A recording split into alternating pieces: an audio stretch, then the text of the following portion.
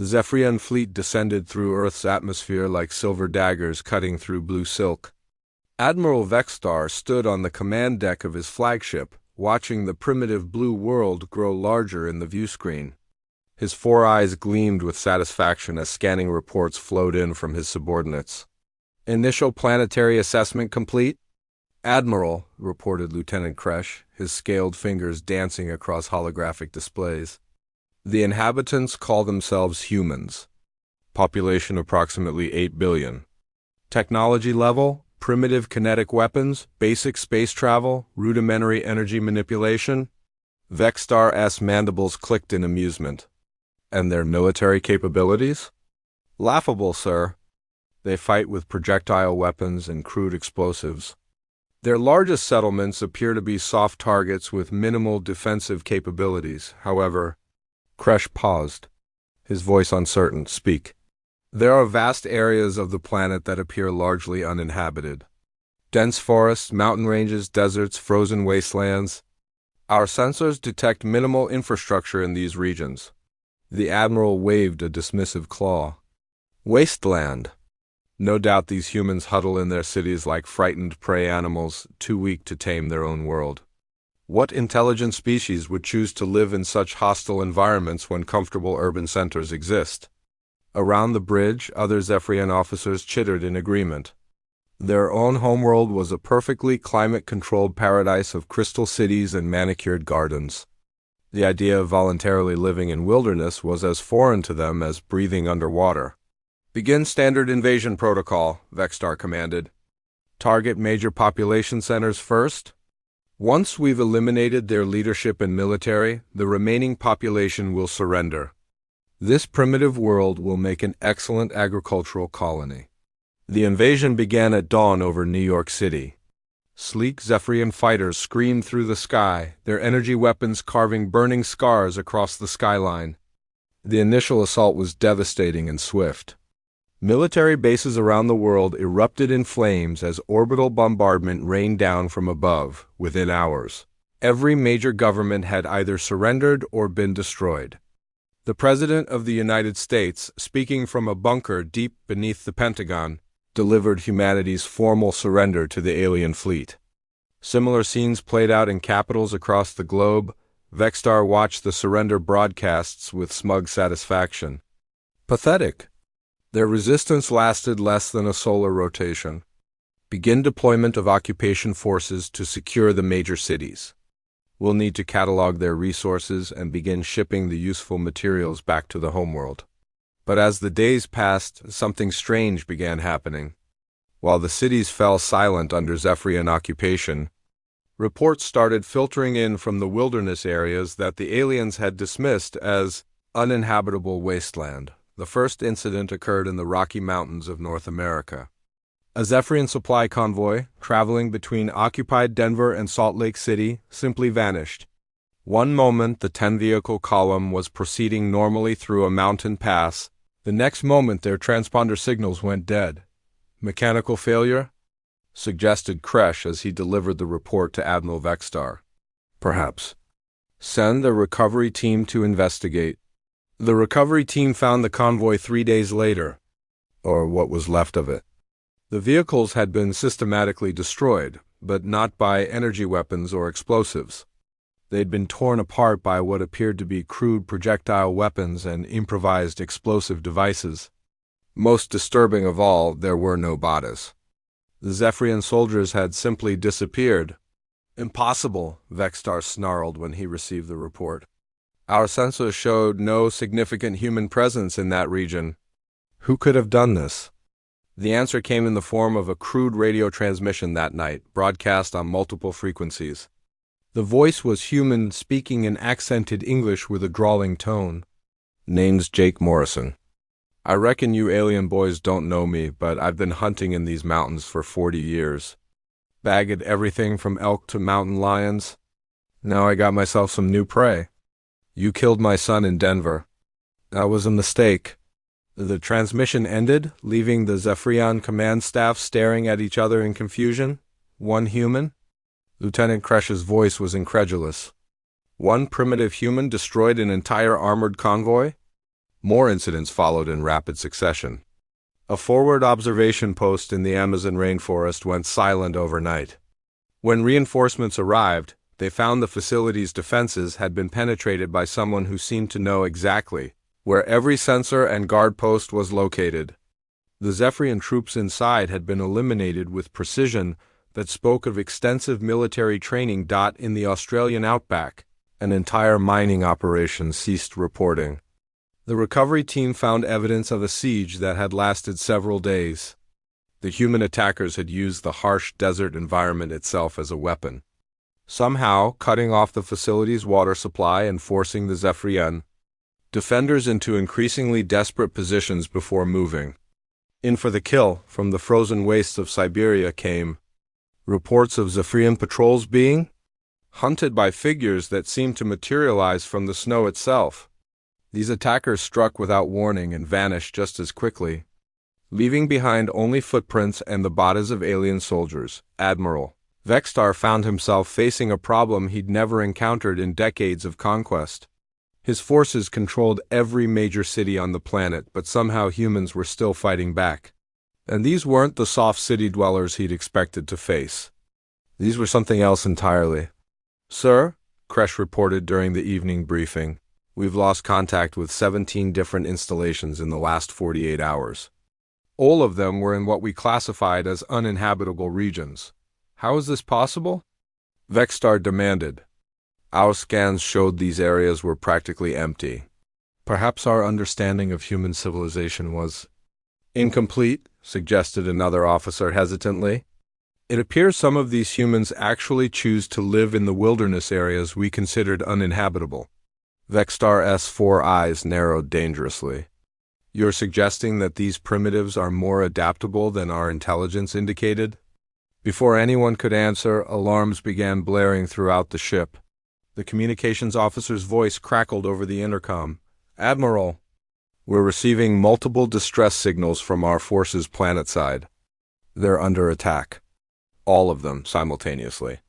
On the main screen, dozens of red dots appeared across the planet's surface, each representing a Zephyrian installation under assault. The attacks were coordinated, precise, and utterly unexpected. From deep in the wilderness areas that the Zephyrians had written off as empty wasteland, humanity's true defenders were finally revealing themselves, and they were nothing like the soft city dwellers the aliens had expected to conquer. Deep in the Appalachian Mountains, Sarah Shun moved through the forest like a ghost. Her camouflage form blended seamlessly with the autumn foliage as she observed the Zephyrian patrol below through her rifle scope. 3 alien soldiers, their silver armor gleaming in the dappled sunlight, were scanning the area with handheld devices. They had no idea they were being hunted. Sarah had been a park ranger for 15 years before the invasion. She knew every trail, every cave, every hidden stream in this section of the mountains. More importantly, she knew how to move without disturbing the natural rhythms of the forest. The Zephyrians, with their heavy boots and electronic equipment, announced their presence to anyone who knew how to listen. She keyed her radio twice, sending a silent signal to her teammates positioned around the patrol. The response came immediately. 2 clicks from Marcus, a former Special Forces operator who'd been teaching wilderness survival to civilians before the war began. 3 clicks from Old Pete, a Vietnam veteran who'd spent the last 30 years as a mountain man, living off the land and rarely venturing into civilization. The Zephyrians below were trying to track the group that had destroyed their supply depot the previous night. They were using sophisticated sensors that could detect human technology and energy signatures. Unfortunately for them, Sarah's team wasn't using any technology more advanced than what their grandfathers might have carried into these same mountains decades ago. Sarah lined up her shot and squeezed the trigger. Her grandfather's hunting rifle, a simple bolt-action weapon that used gunpowder and metal bullets, sent its projectile flying through the air. The Zephyrian soldier's helmet cracked and he collapsed. The remaining aliens spun around in confusion, their sensors screaming warnings about incoming projectiles. But they couldn't pinpoint the source because there were no energy signatures to detect. Just chemical explosions and flying metal. Technologies so primitive that the alien sensors barely registered them as weapons. Marcus's rifle cracked from the opposite hillside. The second Zephyrian fell. The third alien tried to run, but old Pete had anticipated the escape route. The mountain man's crossbow bolt took the fleeing soldier in the back. 3 more down, Sarah whispered into her radio. Collect their equipment and withdraw. We've got that convoy coming through Miller's Pass in 2 hours. Across the globe, similar scenes were playing out. In the Amazon, former Brazilian Special Forces, Captain Miguel Santos, led a team of indigenous hunters who could track game through dense jungle without leaving a trace. They had spent the week before systematically eliminating Zephyrian scout teams, using poison darts and traditional weapons that the aliens' technology couldn't detect. The Zephyrians had advanced medical technology, but their doctors had no idea how to treat poisoning from plants that didn't exist on their homeworld.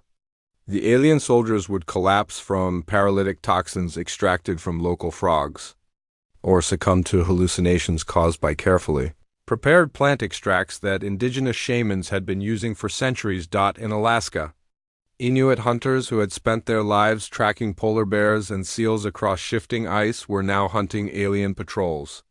They moved across the frozen landscape using traditional sleds pulled by dog teams. Completely invisible to the Zephyrians' heat sensors in the sub-zero temperatures, Tommy Kapianak had been whaling with his grandfather since he was 8 years old. He understood patience, precision, and the absolute necessity of respecting the environment you hunted in.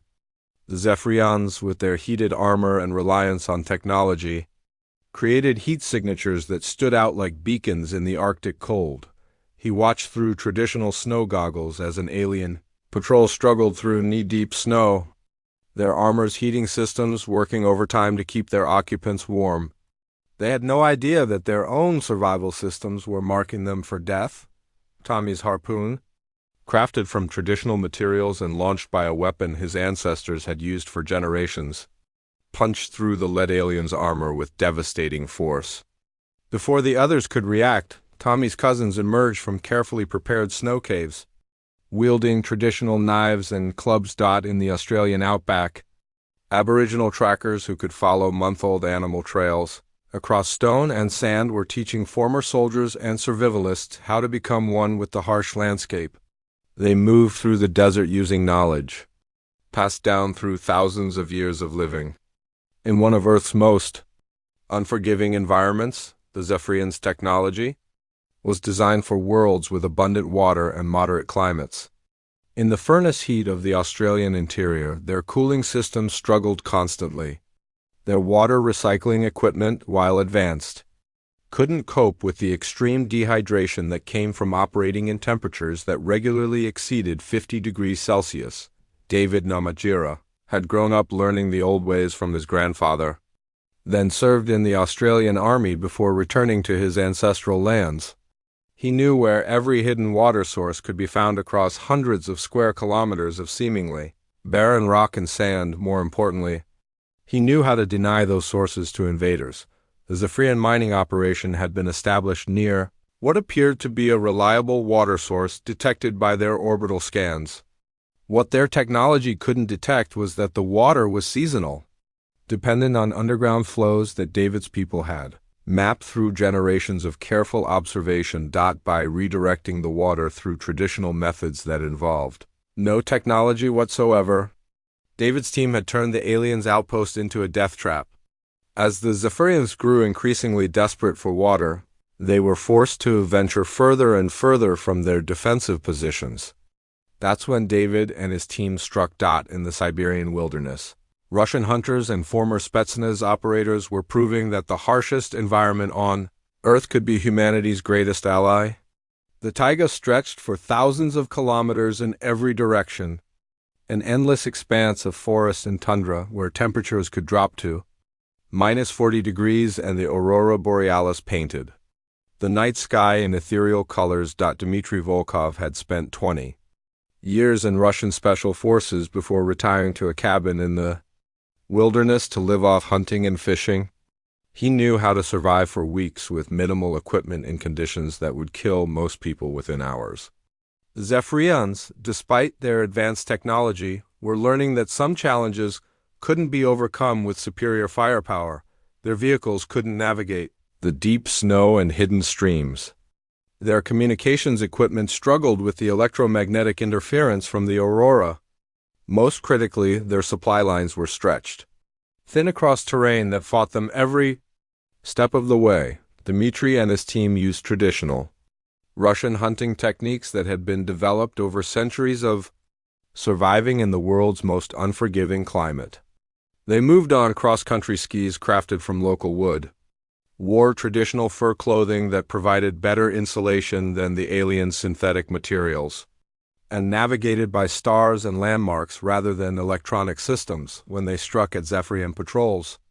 It was with weapons that would have been familiar to their great-grandfathers, hunting rifles that fired simple bullets, knives forged from steel, and explosives made from materials that could be found in any farm storage shed. Admiral Vexstar stared at the tactical display in growing horror. Red dots marked failed outposts across the planet's surface, each one representing alien soldiers who would never return home. The pattern was clear and terrifying. Every installation in what the Zephyrians had classified as uninhabitable wilderness was under attack. "How many?" he asked quietly. 47 installations have gone silent in the last 72 hours, Kresh reported. All of them were in remote areas. All of them were attacked by what appeared to be small groups of humans using primitive weapons. Vexstar's mandibles clicked nervously. Primitive weapons that our sensors can barely detect. Operated by humans who seem perfectly comfortable living in environments we considered uninhabitable. The communications officer looked up from his station. "Sir, we're receiving another transmission from the surface. Multiple human voices on various frequencies. Put it through." The bridge filled with voices speaking in different languages and accents, but all carrying the same message of defiance. A Scottish brogue from the Highlands, a Texan drawl from the hill country, the clipped tones of a Norwegian mountain guide, the weathered voice of a Canadian trapper. One by one, Earth's wilderness warriors were announcing their presence to the alien invaders who had dismissed them as irrelevant. The Maasai warrior moved through the African savanna with the fluid grace of someone born to the grasslands. Kessie had learned to hunt lions with traditional spears before he could properly read, and now he was using those same skills to stalk far deadlier prey. The Zephyrian patrol ahead was searching for the rebel base that intelligence suggested existed somewhere in the Serengeti. Their thermal scanners swept back and forth across the landscape, looking for the heat signatures of human technology. They found nothing because there was nothing technological to find. Kessie's people had been living in harmony with this land for thousands of years. They knew how to shelter in places that looked empty to outsider eyes, how to move without disturbing the animals that served as nature's early warning system, and how to strike with weapons that had proven their worth long before humans dreamed of traveling to the stars. Behind him, spread across several kilometers of grassland, 40 other warriors moved in perfect coordination. Former Kenyan military officers worked alongside traditional hunters, urban professionals who had fled the cities alongside rural people who had never left their ancestral lands. The invasion had forged them into a single fighting unit that understood both modern tactics and ancient wisdom. The aliens had made their biggest mistake when they established a forward base near a traditional Maasai settlement. The village elders, men and women who remembered the old stories of fighting colonial powers, had simply melted into the landscape with their people. Within days, every Zephyrian patrol that ventured beyond their perimeter had vanished without trace. Kessie raised his hand, signaling the attack. Traditional war cries erupted from the grass as 40 warriors emerged from concealment. Their spears flew through the air in perfect arcs, while others closed distance with traditional weapons that had been crafted by hand in village workshops. The Zephyrians tried to return fire with their energy weapons, but they had never faced an enemy that could vanish into grass that barely reached their waists. Every time they thought they had a target, the humans would disappear again, only to emerge from a completely different direction. Within minutes, the patrol was eliminated. The warriors quickly collected useful equipment and vanished back into the grassland, leaving no trace except alien bodies that the scavengers would soon claim. Meanwhile, in the mountains of Afghanistan, former Mujahideen fighters were teaching American Special Forces veterans and British SAS operators the finer points of asymmetric warfare.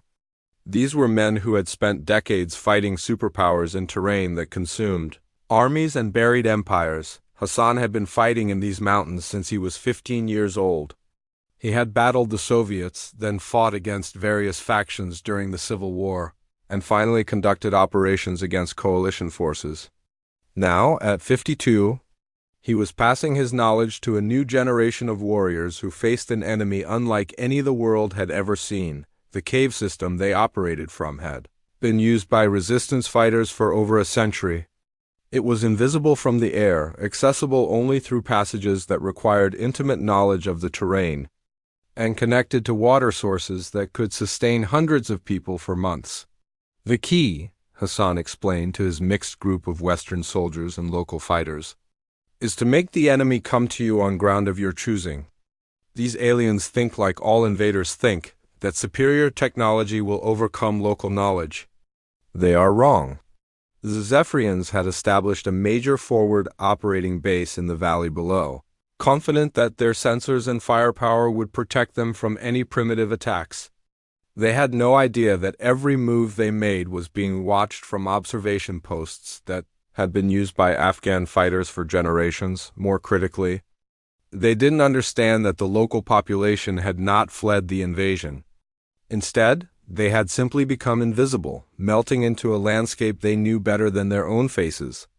Every shepherd who tended goats on the mountainsides, every farmer who worked the terraced fields, every trader who moved between villages was now part of an intelligence network that the most sophisticated alien technology couldn't detect. When the attack came, it began with rock slides triggered by explosives placed in positions that had been scouted decades earlier.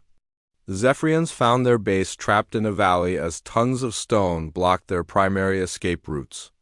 Their aircraft tried to provide support, but surface-to-air missiles fired from concealed positions carved burning trails through the mountain air. The final assault came at dawn. As fighters emerged from caves and hiding places that honeycombed the surrounding peaks, they moved like ghosts through terrain that would challenge experienced mountaineers, attacking from angles that the aliens' defensive positions couldn't cover. In the jungles of Vietnam, former North Vietnamese army soldiers were working with American veterans who had once been their enemies. The shared experience of fighting in the tropical hell of Southeast Asian jungle had created an understanding that transcended old conflicts. Colonel Nguyen had been a teenager when he fought the Americans along the Ho Chi Minh Trail. Now he was an old man, but the jungle skills that had kept him alive through years of warfare were as sharp as ever. The Zephyrians were learning the same hard lessons that previous invaders had discovered. The jungle itself was humanity's ally.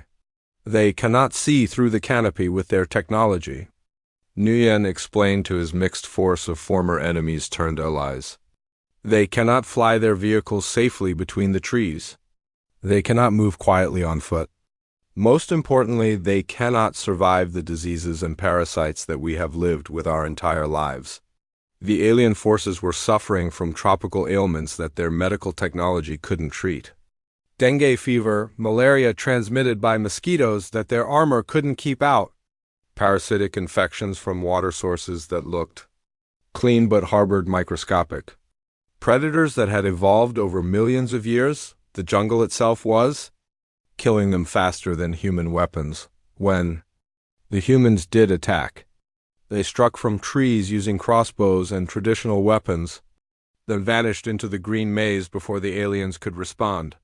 Punji stakes, the same bamboo traps that had terrorized earlier invaders, claimed alien patrols that blundered off established paths. The Zephyrians found themselves fighting an enemy that could appear anywhere and disappear just as quickly.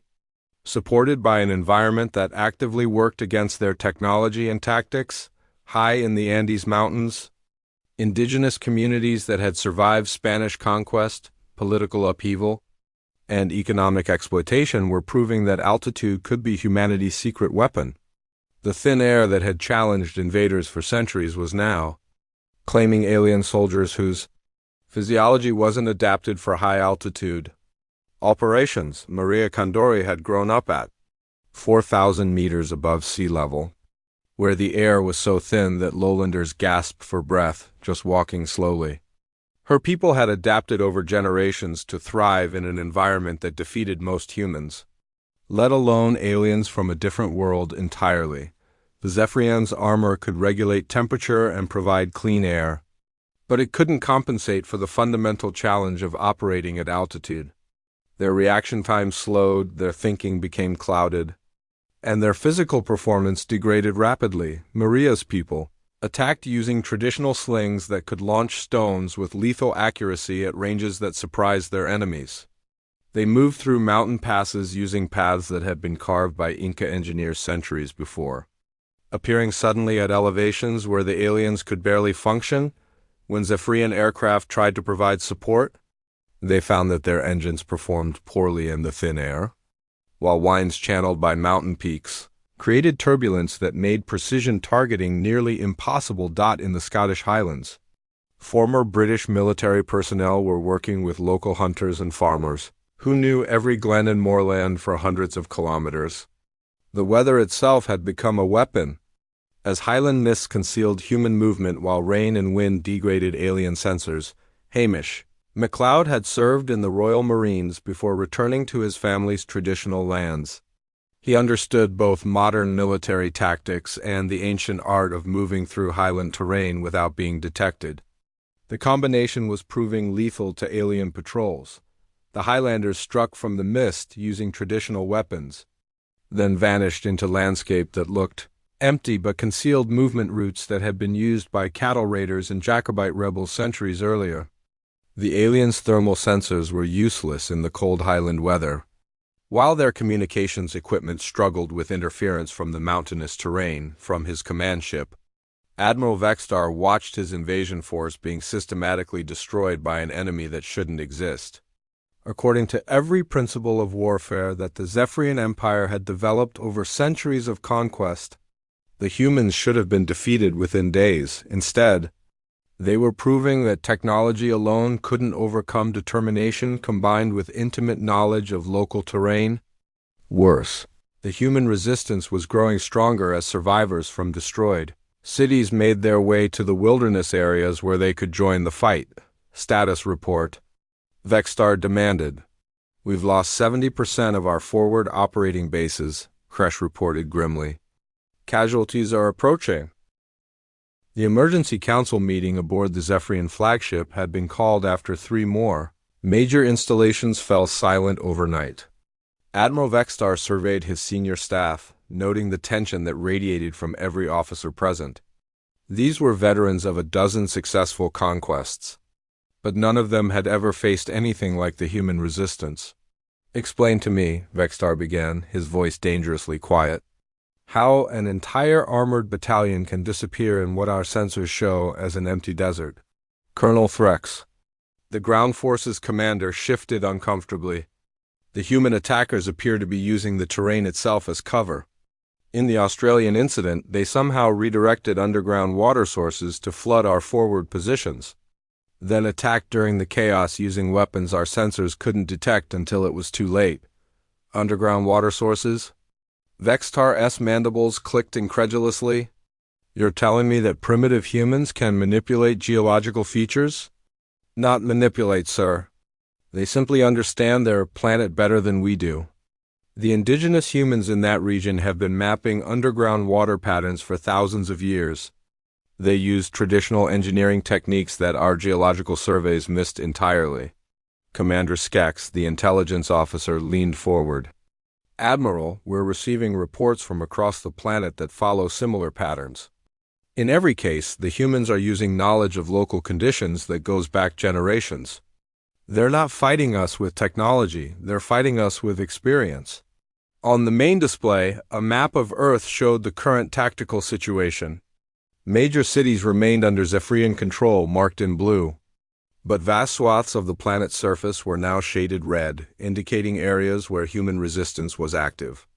The red zones encompassed mountain ranges, forests, deserts, tundra, and jungles, every environment that the Zephyrians had initially dismissed as uninhabitable. "Show me the casualty figures." Vexstar ordered. The numbers materialized in the air above the conference table.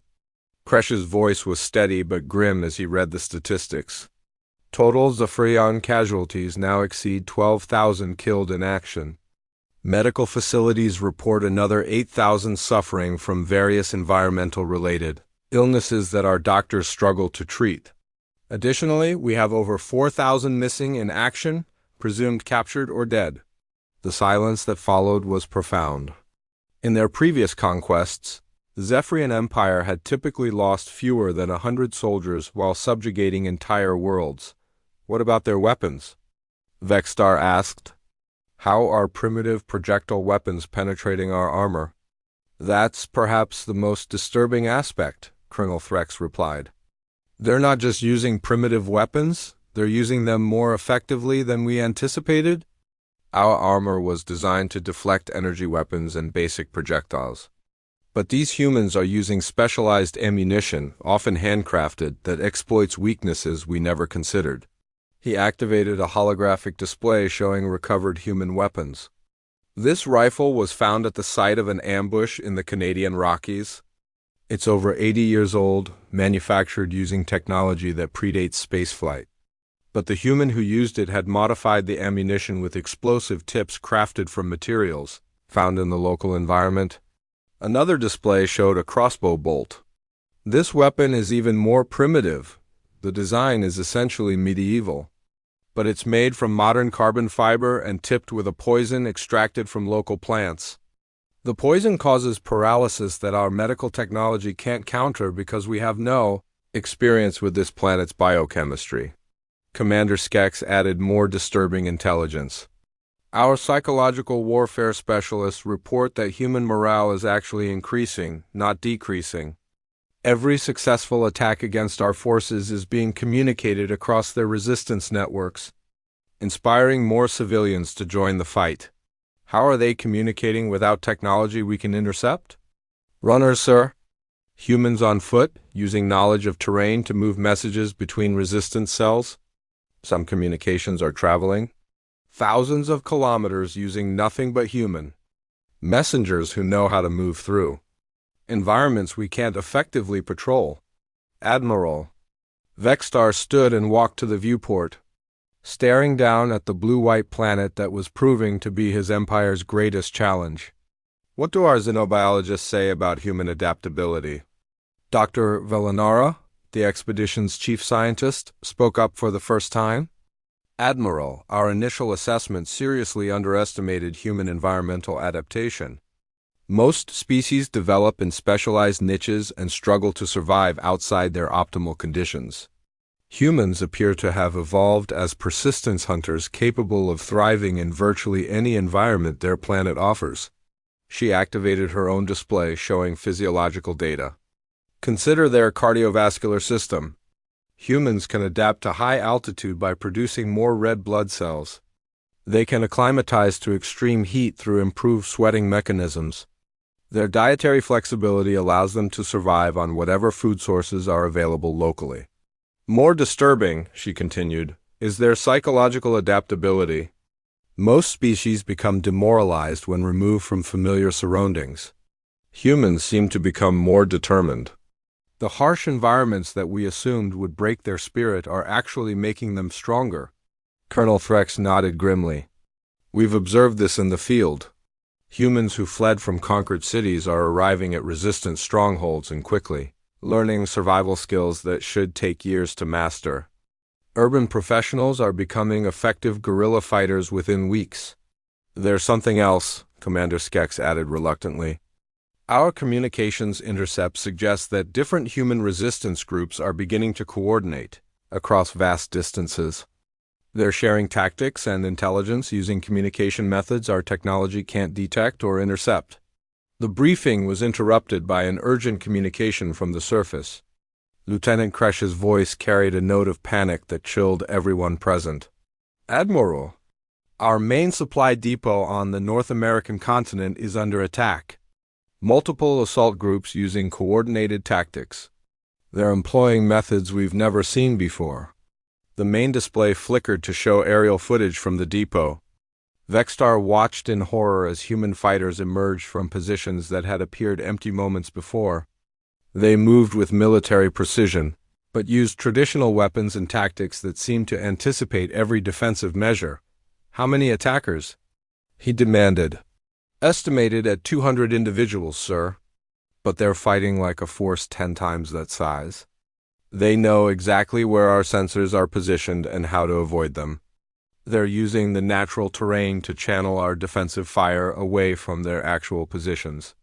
As they watched, human fighters systematically dismantled the depot's defenses using nothing but conventional explosives and small arms. Zephyrian soldiers in advanced, powered armor were being outfought by humans carrying weapons that looked like museum pieces. Sir, Kresh's voice cracked with stress. We're receiving similar reports from installations on every continent. This appears to be a coordinated global assault.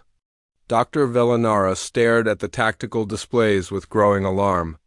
Admiral, this level of coordination suggests something we didn't account for in our intelligence assessments.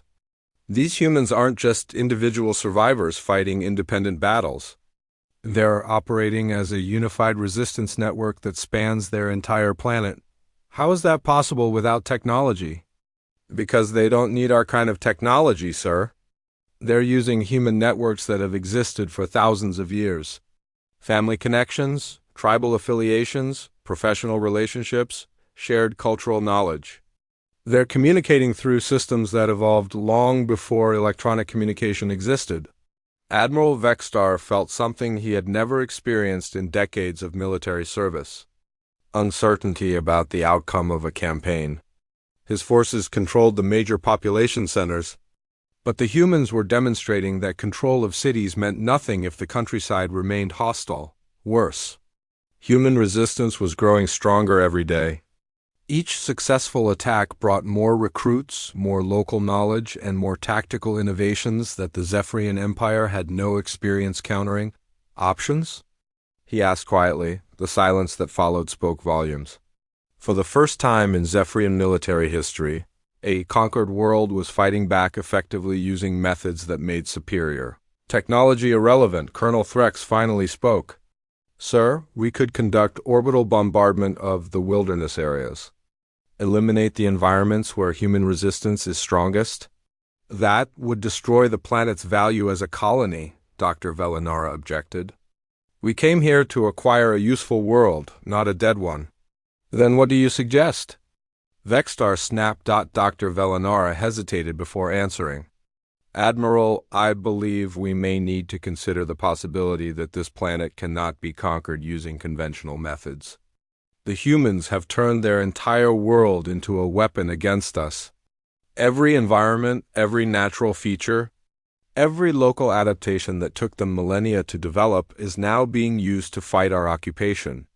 The implications of her words settled over the command staff like a dark cloud. For the first time in the Empire's history, they were facing the possibility that they might have encountered a species that simply couldn't be conquered. The global counteroffensive began at dawn on a Tuesday. Coordinated across 6 continents using nothing more sophisticated than smoke signals, drum beats, and human messengers who had spent weeks positioning themselves across the planet's most challenging terrain. In the command center deep beneath the Swiss Alps. Former NATO generals worked alongside indigenous leaders, special forces veterans, and civilian volunteers who had become expert guerrilla fighters. The room itself was carved from living rock. Invisible to orbital sensors and powered by geothermal energy that produced no electronic signature, General Patricia Hayes had commanded multinational forces in 3 different conflicts before the invasion. Now she stood next to a Sami reindeer herder from northern Norway and a former Gurkha soldier from Nepal, studying maps that had been hand-drawn on traditional paper. Phase 1 is complete, reported Chun Wei, a former Chinese intelligence officer who had escaped from occupied Beijing. All major Zephyrian supply lines have been severed. Their forces in the cities are now isolated from orbital support. The strategy was elegant in its simplicity. While the aliens controlled the urban areas where most humans had lived, they had never understood that those cities were utterly dependent on resources flowing in from rural areas. The highways, railways, and pipelines that connected cities to the wilderness had become death traps for any alien convoy that attempted to use them. Maria Santos, speaking for the South American resistance cells, gestured to a section of the map covering the Amazon basin.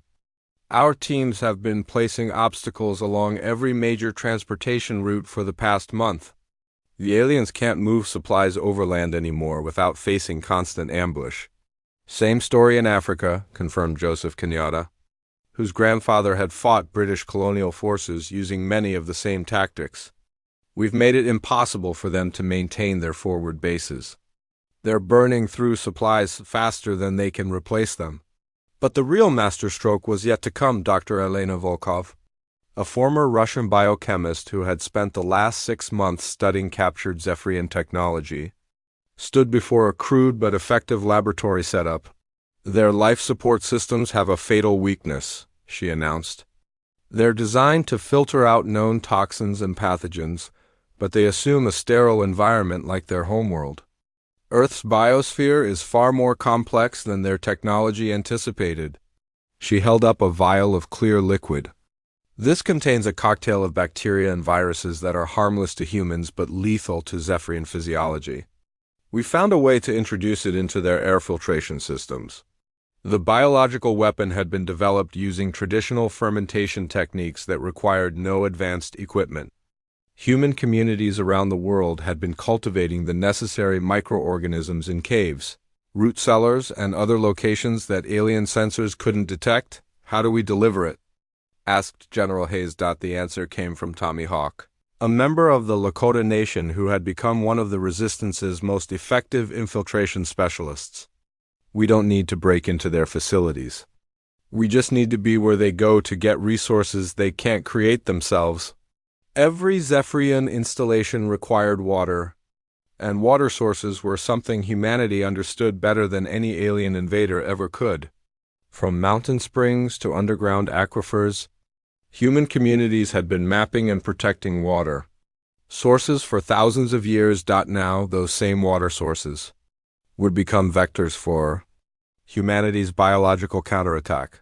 The operation began simultaneously across the globe. In the Rocky Mountains, Sarah Chun's team introduced the bioweapon into a stream that fed the water treatment facility serving a major Zephyrian base. In the Australian outback, Aboriginal guides led strike teams to hidden springs that the aliens had been using to supplement their supplies. The effects were swift and devastating. Within hours, Zephyrian soldiers began falling ill with symptoms their medical technology couldn't diagnose or treat.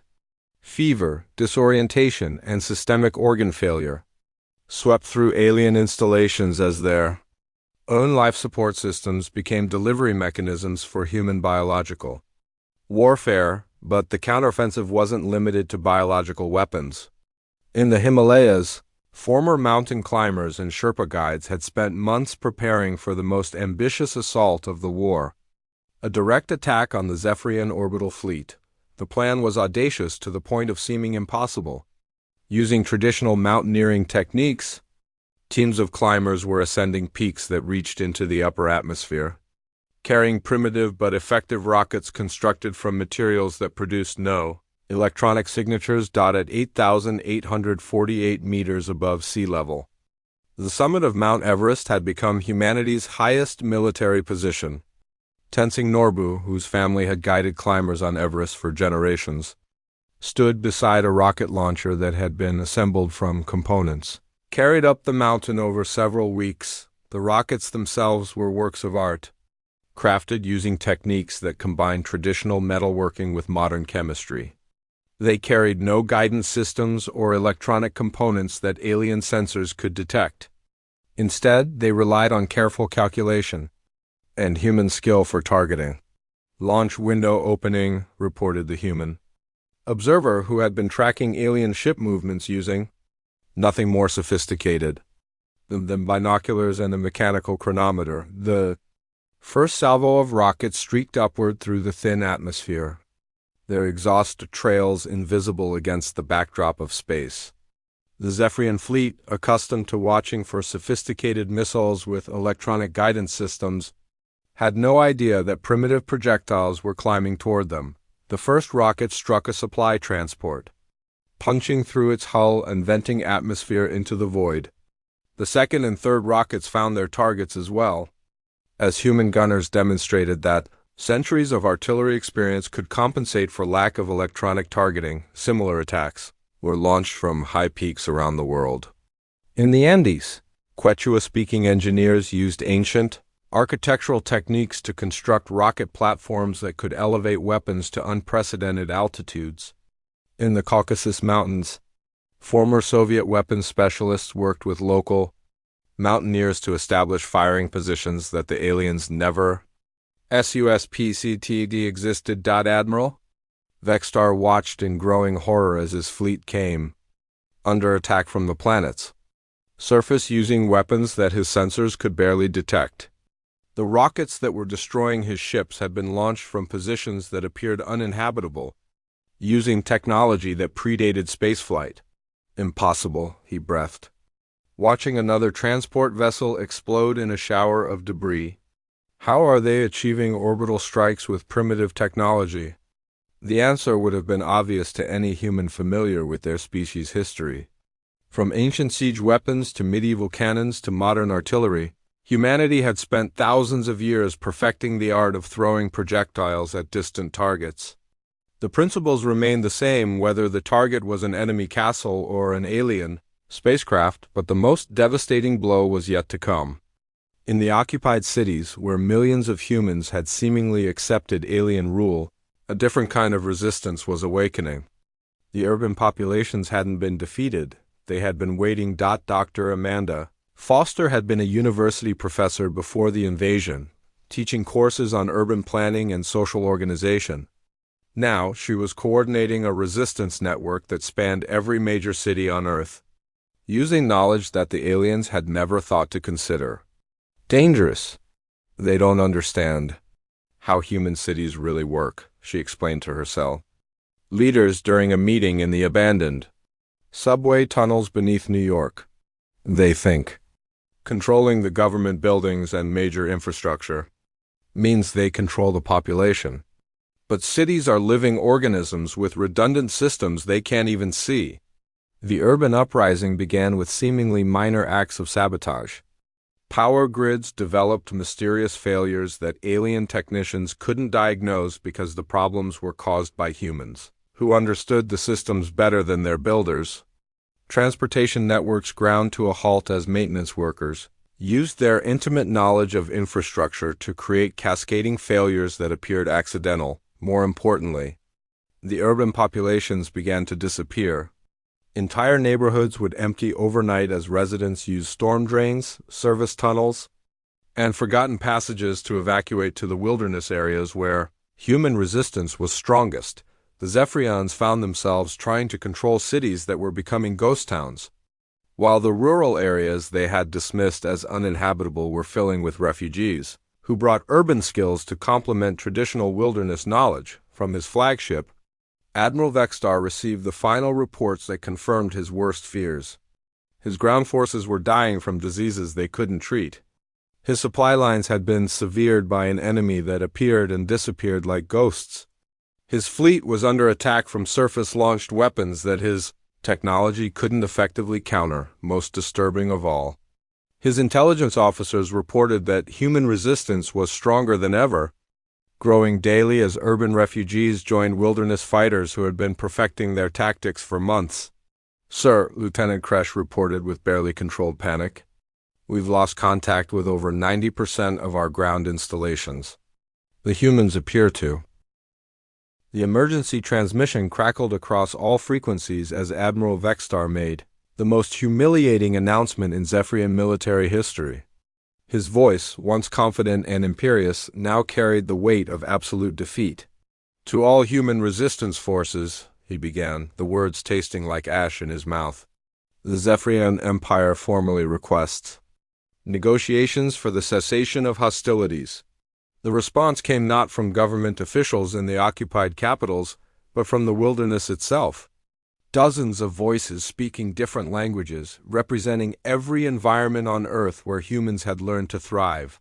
The message was consistent across all of them. Talks would be held, but on humanity's terms. 3 days later, Admiral Vextar found himself in a location that perfectly symbolized his empire's fundamental misunderstanding of Earth and its people. The negotiation site was a natural amphitheater carved into the Rocky Mountains of North America, accessible only by hiking trails that would challenge experienced mountaineers. The alien commander arrived via shuttle, his powered armor whining softly as it compensated for the thin air at 3,000 meters altitude. Around him, his security detail struggled with the unfamiliar environment, their sophisticated sensors and weapons feeling suddenly primitive. In the face of raw stone and endless sky across the natural clearing, humanity's representatives waited with the patience of people who belonged exactly where they were. There was no central leader, no single voice speaking for the species. Instead, Earth's negotiating team reflected the diversity that had made human resistance so effective. Sarah Chun sat cross-legged on a boulder, her hunting rifle across her knees and her ranger's uniform bearing the stains of months in the wilderness. Beside her, Kessie wore traditional Maasai dress while cleaning a spear that had tasted alien blood. Tommy Hawk had painted his face in traditional Lakota war colors, while Elena Volkov clutched a leather satchel containing samples of the bioweapons that had devastated Zephyrian forces. But perhaps the most intimidating presence was that of an elderly Japanese woman who sat in perfect stillness, her eyes closed in meditation. Akiko Tanaka had been tending her family's mountain shrine for 70 years, moving through forests that had shaped Japanese culture for millennia. She spoke no English, carried no weapons, and had never fired a shot in anger. Yet her very presence radiated the kind of deep connection to Earth that the aliens were only beginning to understand. General Hayes stepped forward as the human spokesperson, but she made it clear that she spoke for no government or nation. Admiral Vextar, she began, her voice carrying across the mountain air with crystal clarity. You came to our world believing that superior technology would guarantee victory. You're about to learn why that assumption was wrong. Vextar's mandibles clicked nervously as he surveyed the humans arrayed before him. You have exceeded our expectations, he admitted. We are prepared to discuss terms for joint occupation of your planet. The laughter that erupted from the human delegation was unlike anything in Zephyrian experience. It wasn't cruel or mocking, but carried the deep amusement of people who had just heard something genuinely absurd. Admiral, Chunwei said in perfect standard galactic, surprising the aliens with his linguistic ability, you still don't understand. There will be no joint occupation. There will be no colonial administration. There will be no Zephyrian presence on Earth beyond this conversation. Dr. Velinara, who had accompanied the Admiral as the expedition's senior scientist, leaned forward with obvious confusion. But surely you realize that your resistance, while impressive, cannot extend to space-based operations. Our fleet still maintains orbital superiority. Old Pete, the Vietnam veteran who had spent the last 6 months teaching alien soldiers about the realities of guerrilla warfare, chuckled and spat tobacco juice onto the rocky ground. Lady, you might want to look up. The Zephyrians followed his gesture and saw what human eyes had been watching for the past hour. High overhead, contrails marked the passage of primitive rockets climbing toward the edge of space. From dozens of mountain peaks around the world, humanity's improvised space program was demonstrating that orbital superiority meant nothing when the entire planet's surface could serve as a launch platform. Impossible, Vextar breathed. Those are crude chemical rockets. They lack guidance systems, life support, any of the technology necessary for space warfare. Maria Santos, representing the South American resistance, smiled with the confidence of someone whose ancestors had built cities in clouds before Europeans learned to cross oceans. Admiral, you're thinking like a Zephyrian. You believe space travel requires massive infrastructure, sophisticated technology, and centralized command. But humans have been shooting things into the sky for thousands of years. We just needed to aim a little higher. As if to emphasize her point, brilliant flashes began appearing in the sky overhead as human rockets found their targets among the Zephyrian fleet. The weapons were crude but effective, carrying payloads of bioweapons, chemical explosives, and simple kinetic penetrators that could punch through alien hull plating. More importantly, they were being launched from positions that orbital bombardment couldn't effectively target. Every mountain peak, every high plateau, every elevated position that humans had learned to reach through millennia of exploration had become a potential missile site. Hassan, the Afghan Mujahideen veteran, spoke for the first time during the negotiations. In my mountains, we have a saying, you have the watches, but we have the time. Your empire measures conflicts in months or years. We measure them in generations. What are you saying? Vexstar demanded. I'm saying that even if you won every battle, even if you killed every human alive today, you would still lose this war. Because Earth itself would never stop fighting you. Dr. Volkov opened her satchel and removed a vial of dark liquid that seemed to move with a life of its own. This contains microorganisms that have been evolving on Earth for billions of years. They're now specifically adapted to consume Zephyrian technology. Every ship, every installation, every piece of equipment you brought to our world is slowly being eaten away by life forms that existed before your species learned to use tools. The implications were staggering. The Zephyrian Empire had never faced an enemy that could weaponize an entire planet's biosphere. Their technology, sophisticated though it was, had not been designed to resist biological warfare conducted by organisms that had been evolving for eons. Admiral, Vexstar felt the weight of absolute defeat settling around him like a shroud. What do you want?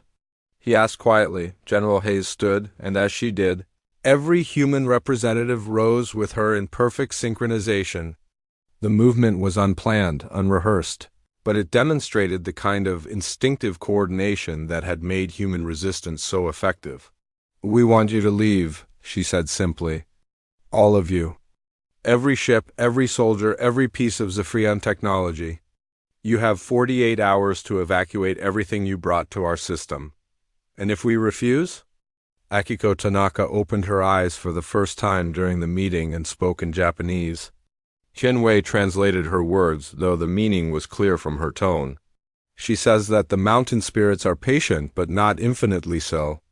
The longer you remain, the more creative our planet will become in finding ways to remove you.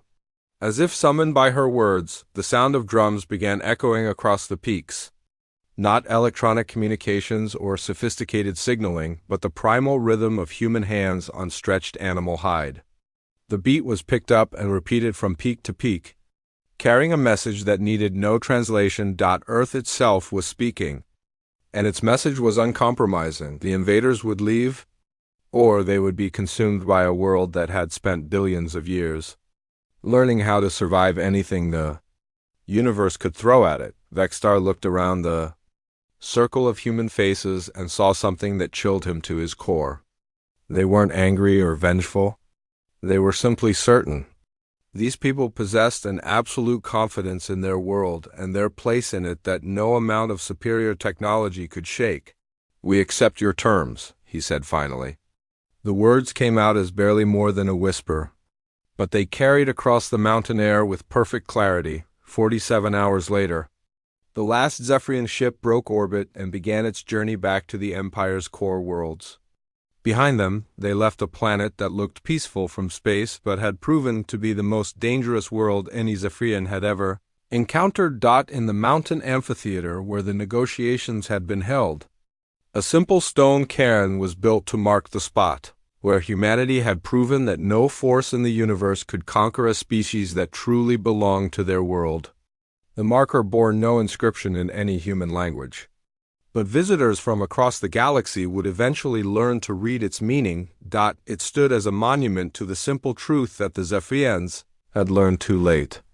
Some worlds cannot be conquered because they are not just inhabited by their people, they are defended by every mountain, every forest, every stream, every grain of soil that those people call home. Earth had spoken, and the universe was listening.